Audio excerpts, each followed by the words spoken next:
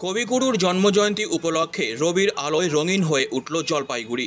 শুক্রবার সকাল থেকে শহরের বিভিন্ন প্রান্তে অনুষ্ঠিত হল প্রভাত ফেরি, মাল্যদান, কবিতা পাঠ ও রবীন্দ্রসঙ্গীতের বর্ণাঢ্য আয়োজন। শহরের রাজপথ থেকে রাজবাড়ি, দিঘির পাড়, হাকিমপাড়া থেকে কদমতলা, জায়গায় জায়গায় প্রতিধ্বনিত হল রবীন্দ্রনাথের অমর সৃষ্টি। দিনের শুরুতেই শহরে আয়োজন করা হয় বর্ণাঢ্য শোভাযাত্রা। রেসকোর্স পাড়া, নতুন পাড়া, মহুরিপাড়া থেকে নানা প্রান্তের মানুষ কাঁধে নিয়েছেন কবিগুরুর স্বপ্ন।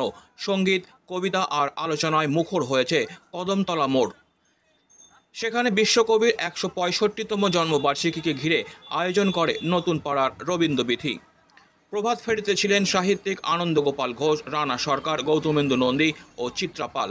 কবিতায় নির্মল ঘোষ ও প্রিয়া রায়, গানে সুজাতা রায়, পার্থ বন্দ্যোপাধ্যায় ও তপন গাঙ্গুলি সকলকে মুগ্ধ করেন। গোটা অনুষ্ঠানের পরিকল্পনা ও সঞ্চালনার দক্ষতার ছাপ রেখে গিয়েছেন আয়োজক মণিদীপা নন্দী বিশ্বাস।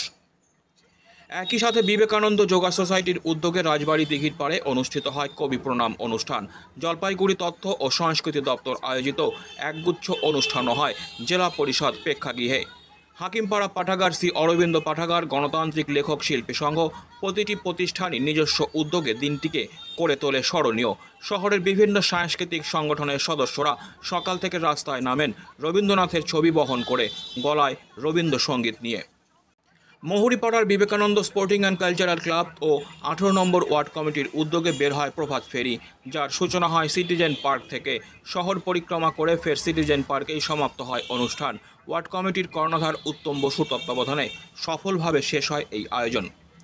এ এক অন্যরকম সকাল। শহর জুড়ে ছড়িয়ে পড়ে রবীন্দ্রনাথের কণ্ঠস্বর, কখনো সুরে, কখনো শব্দে।